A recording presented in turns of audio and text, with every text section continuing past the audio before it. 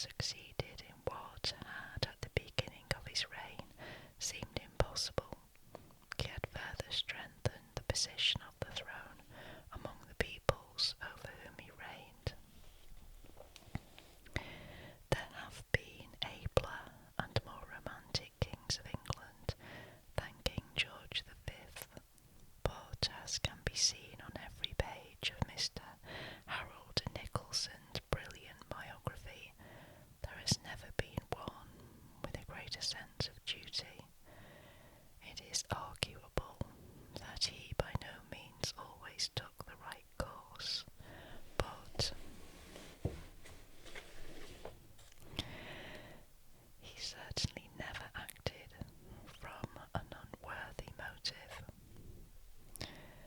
He lacked many of his father's virtues, as well as one or two of his weaknesses, but it may well be that when all the facts are known, the verdict of history will be that the British monarchy escaped the fate of so many thrones elsewhere owing to the personal character of King George V.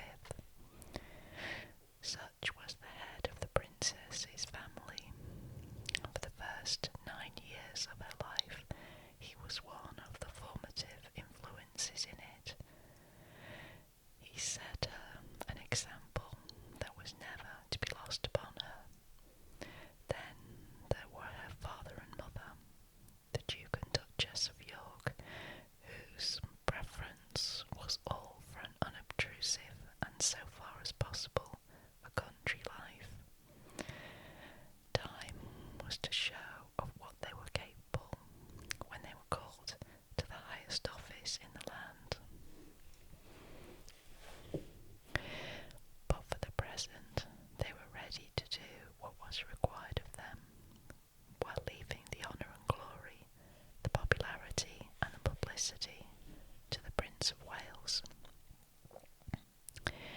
It was against this background that the early life of Princess Elizabeth was spent, so far as she personally was concerned. They were uneventful years, and for a child that was as well. Not a little of her time was spent at her mother's Scottish home, Glamis Castle, and it was there that her sister Princess Margaret was born. Occasionally, of course, there were royal spectacles to see, such as the birthday parade, and once there was a ceremony in which to participate. This was in May 1935, when the 9-year-old princess rode in the carriage with her parents in the state procession to St. Paul's Cathedral to celebrate the silver jubilee of the reign of King George V. As the first happy decade of Princess Elizabeth's life drew to a close, a fierce light began to beat on her, and she became of greater interest and importance in the eyes of her grandfather's subjects.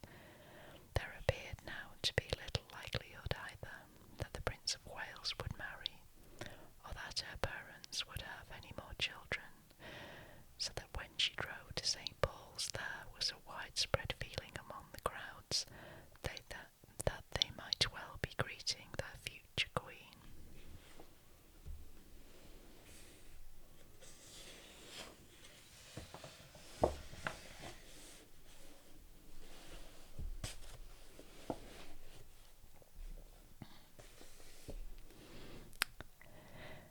Then came that momentous year, 1936, when, for the first time since 1483, 3 monarchs occupied the English throne within the space of 12 short months.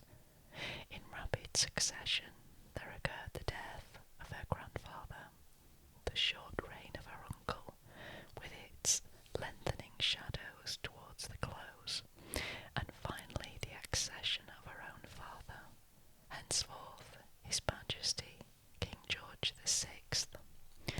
It must all have been as bewildering to the young princess as it was to the other inhabitants of Great Britain. In some of these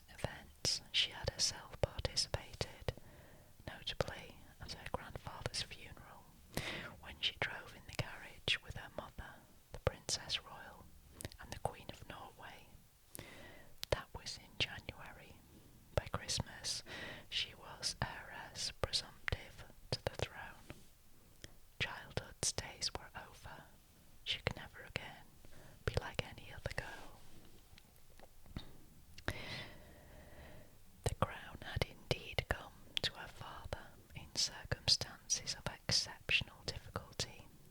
It is true that her father too had not been heir apparent in his earlier years, but in spite of this, King George V had afterwards served a considerable apprenticeship as Prince of Wales. The Duke of York, on the contrary, was called most unexpectedly to the throne, almost at a moment's notice. Nor was this all, for the basis of the monarchy had been seriously shaken, and there was much harm to be undone. Finally, the times were far from normal, and the shadow of the Third Reich was falling across the whole world. No man ever succeeded to a throne with greater reluctance than did King George VI. Indeed, there were rumours that he would refuse it, but he knew where his duty lay, and in his first message to Parliament he said, "I have succeeded to the throne in circumstances which are without precedent, and at a moment of great personal distress, but I am resolved to do my duty, and I am sustained by the knowledge that I am supported by the widespread goodwill and sympathy of all my subjects here and throughout the world. It will be my constant endeavour, with God's help, supported as I shall be by my dear wife, to uphold the honour of the realm and to promote the happiness of my peoples." This struck what was to be the keynote of the reign, namely character, and the reputation which he early acquired.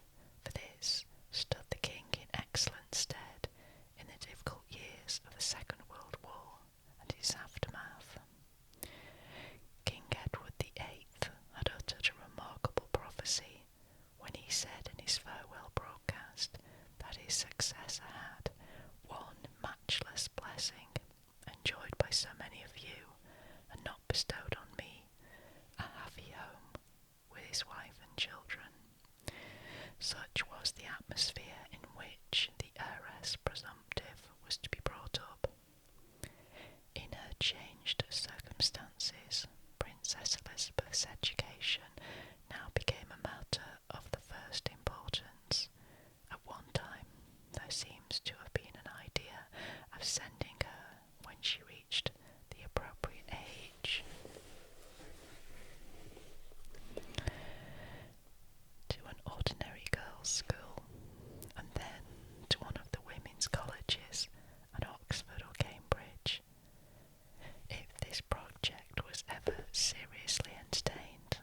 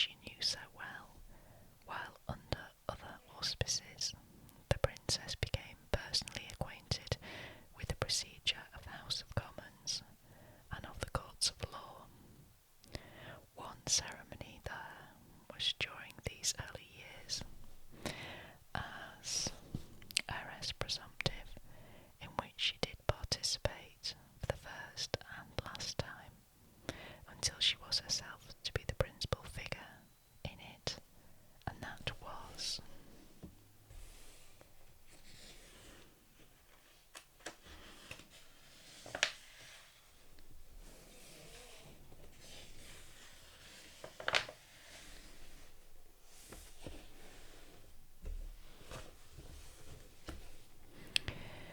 Coronation of her father and mother in 1937. Ever since the fall of the French monarchy, and there has in consequence no longer been a King of France to be crowned at Reims with a time-honoured ceremonial of ages, the coronation of the British sovereign has become an event unparalleled in the world. There is no ceremony for the exaltation of man or woman in high office that surpasses in solemnity and splendour of ritual the crowning of the Sovereign of England in Westminster Abbey. Nor is it just a public spectacle like, say, that of Trooping the Colour. It is essentially a religious service and is conducted by the highest dignitaries of the Church of England. The great officers of state who assist at it are but servers and acolytes to the archbishops and bishops. It is the finest, perhaps the only medieval pageantry in patriotism, transfused with religion, that survives in the present age. Yet, throughout the elaborate ceremonial there runs a recognition that the sovereign, if but a little lower than the angels, is still a human being with personal feelings, opinions, and predilections, and subject to the commonest weaknesses of humanity, that is to say, its tempers, whims, and caprices. Down the ages, many changes have been made in the constitutional form of the British monarchy, but the rights which Princess Elizabeth witnessed on May the 12th, 1937, were the same as when Edward the Confessor and William the Conqueror were crowned in the 11th century. She heard professions of humility on her father's part, as well as anthems of praise to his glorification. There was, as always, an insistence that the sovereign must bind himself by oath to his duty and responsibility towards his country, to govern the people according to the laws of the land, and to execute justice with mercy. The coronation, in fact, is in the nature of a solemn covenant between monarch and people, one of devotion to their well-being on the part of the sovereign, and in return of loyalty on theirs. Such is the significance of the service which Princess Elizabeth attended, and in one way this particular ceremony was probably unique, for both the Queen Mother and the heiress to the throne were present at the crowning of a sovereign. It is not customary for a Queen Mother to attend on such occasions, but it was decided to make an exception in the case of Queen Mary, in view of her great popularity, and of the sympathy felt for her on account of the strain to which she had recently been subject in the abdication of her eldest son. Princess Elizabeth and her sister, in the care of the Princess Royal, drove in their own coach to Westminster Abbey, and there they watched the traditional service of which their father was the central figure. There were 2 years more of what may be termed peacetime. Royalty, and during them the princess saw far less of her parents than had previously been the case, for duty often called them away from home.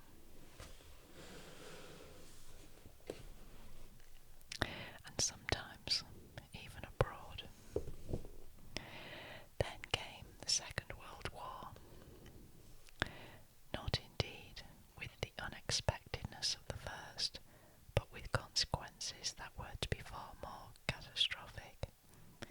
Yet out of so much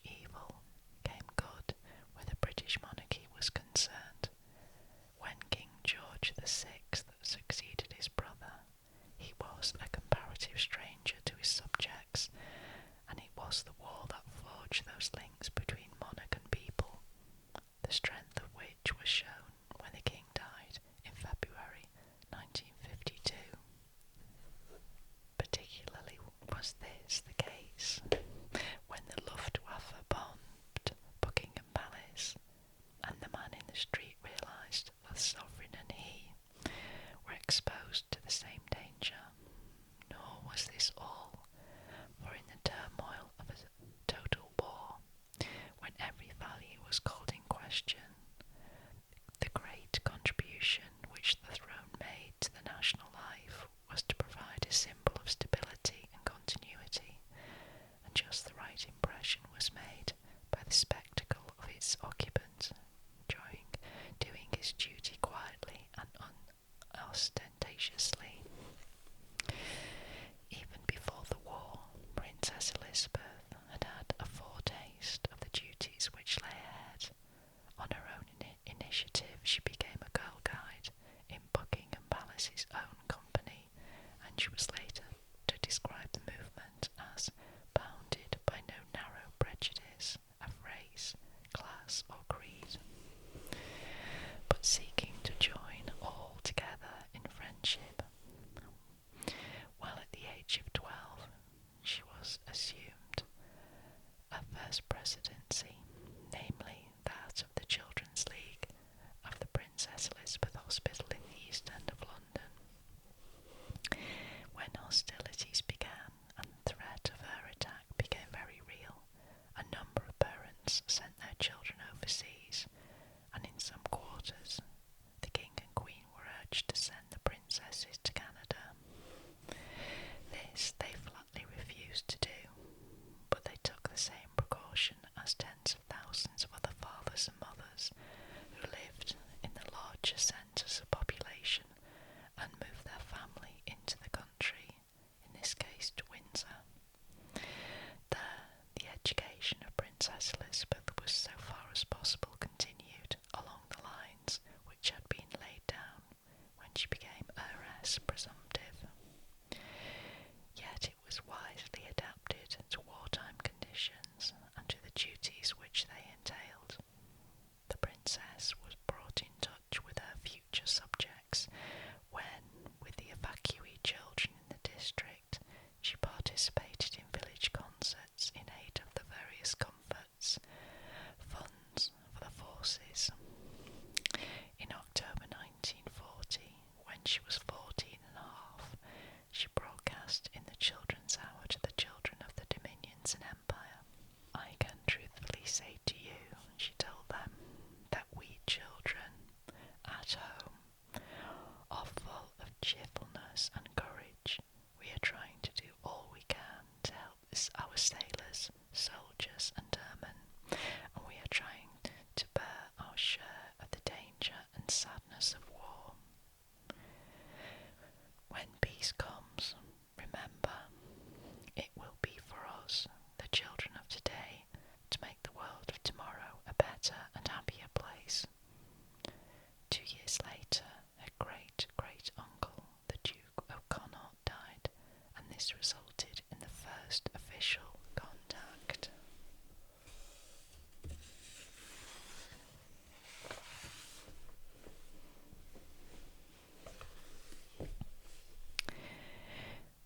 Between Princess Elizabeth and the army, for she was appointed to succeed him as Colonel of the Grenadier Guards. Each of the 5 regiments of foot guards, that is to say, the Grenadiers, Coldstream, Scots, Irish and Welsh, has its own colonel, although in each case the sovereign is Colonel-in-Chief. King George VI, for example, was Colonel of the Scots Guards until he succeeded to the throne, when he was replaced by his brother, the Duke of Gloucester. It would be difficult to say whether the princess was prouder of her regiment, or the regiment of her, and it was the Grenadier uniform which she wore when she deputised for her father at the birthday parade at the end of his reign. When he died, she, according to precedent, became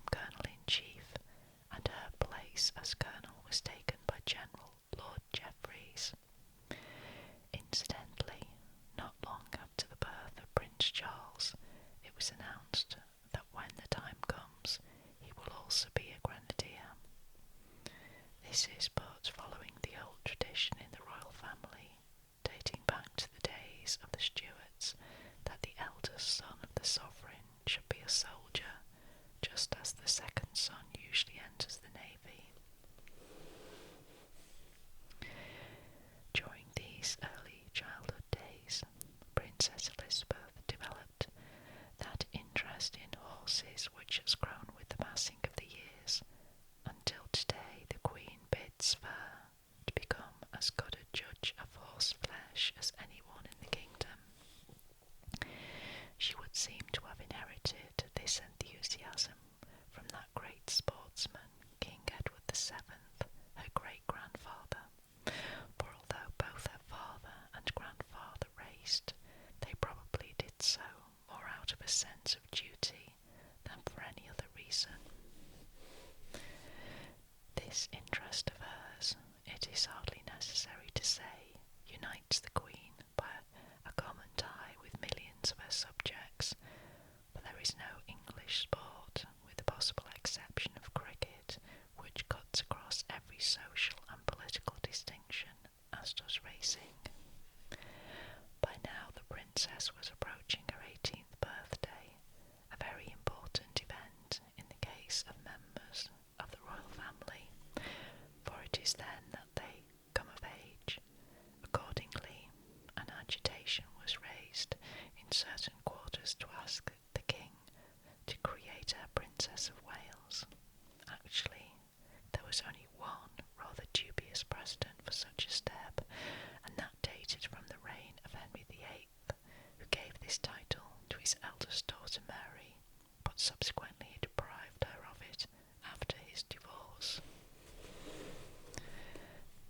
From her mother, Catherine of Aragon.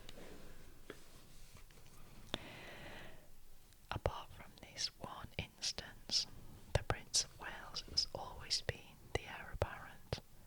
Neither King George VI nor the Cabinet saw any reason for following the example of Henry VIII, and on February the 11th, 1944, the following announcement was made from Buckingham Palace. His Majesty the King does not contemplate making any change in the style and title of the Princess Elizabeth on the occasion of her approaching 18th birthday. It was noted, however, that the King selected South Wales as the first area to which the Princess accompanied him and the Queen on an official tour. There was nevertheless another and more serious problem to be faced, and that was the desire of Princess Elizabeth herself to take the same active part in the war as other girls of her own age.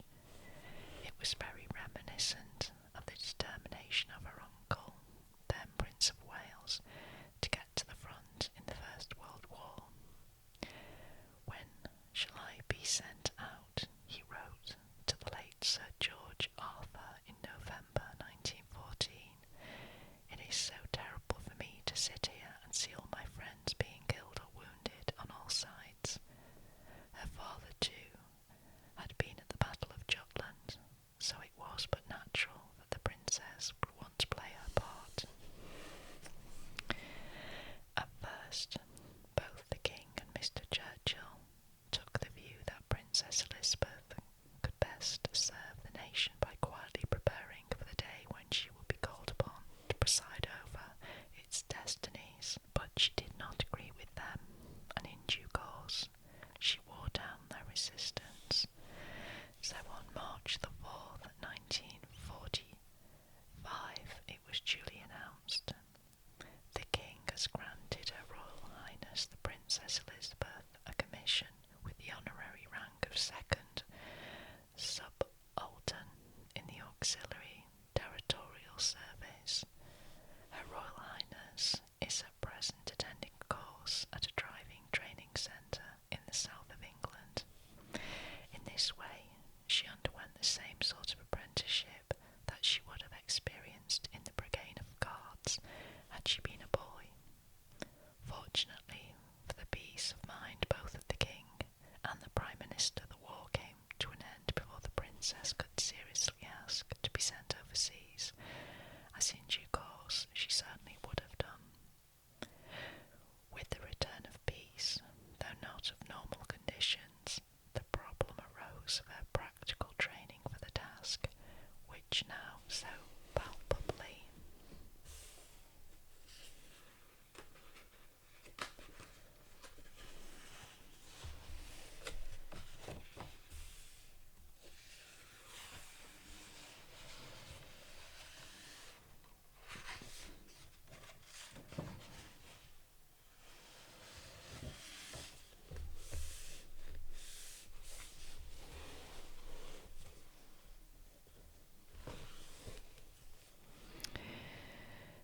lay ahead. In all grades of society, it is so much easier for a man to get to know the world than for a woman, and the highest grade of all is no exception, nor were there any useful precedents to guide the king and queen, for the relations between the sovereigns of England and their heirs had for over 2 centuries been for the most part extremely unfortunate. Queen Victoria knew little of life, or the world, when she came to the throne, while Mary I and Elizabeth I served a large part of their apprenticeship to all intents and purposes in prison. It is true that Mary II and Anne were better equipped, but then the crown came to them as a result of a revolution.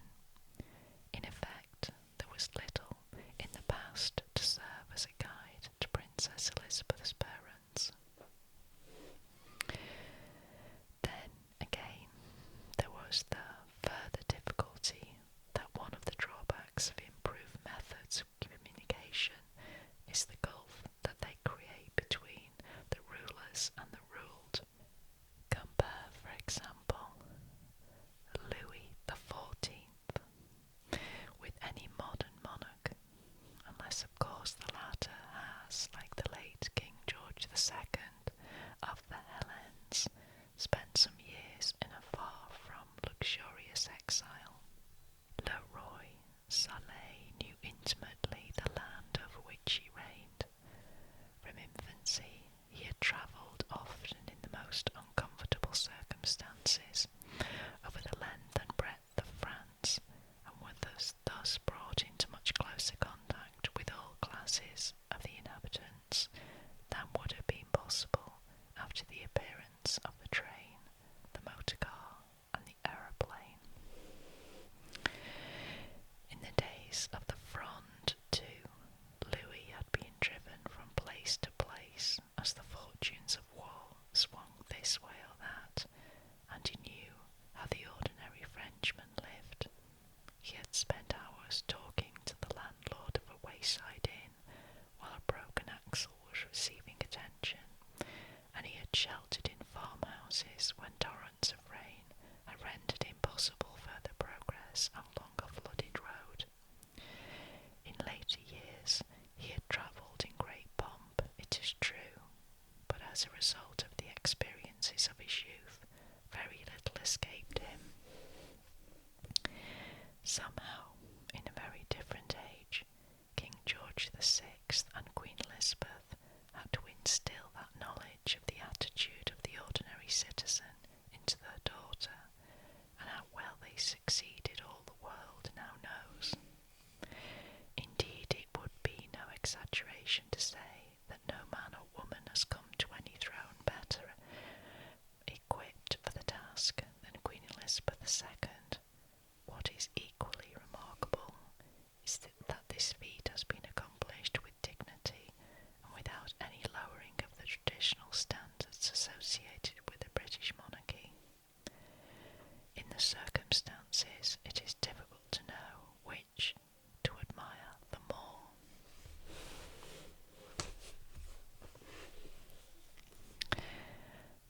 The parents who created such an opportunity, or the daughter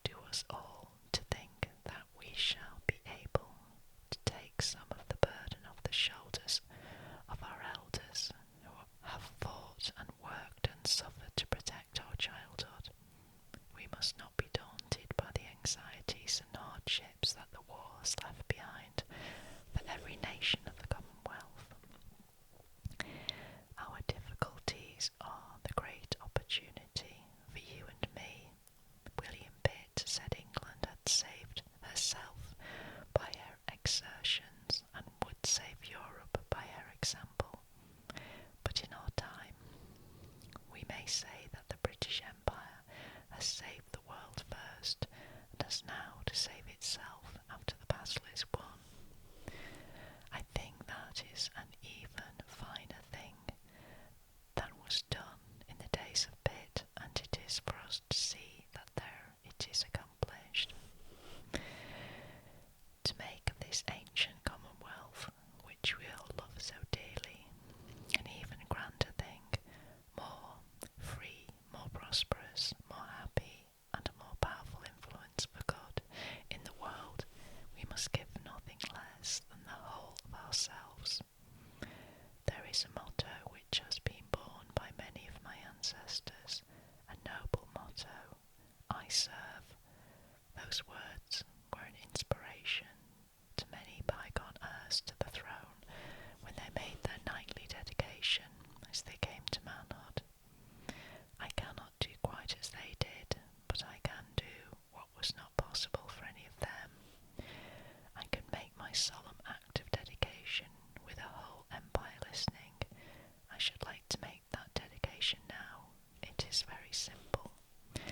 I declare before you all that my whole life, whether it be long or short, shall be devoted to your service and the service of our great imperial family to which we all belong. But I shall not have the strength to carry out this resolution unless you join in it with me, as I now invite you to do. God help me to make good my vow, and God bless all of you who are willing to share it. It was by no mere coincidence that Princess Elizabeth was in South Africa on her 21st birthday, for her visit to the Union was a definite part of the scheme of her preparation for her future responsibilities. Nothing had been more marked during the past 50 years than the strengthening of the ties between the throne and the dominions. Field Marshal Smuts, speaking in London during the First World War on the influence of hereditary kingship in keeping together the British Empire, said, "You cannot make a republic of the British."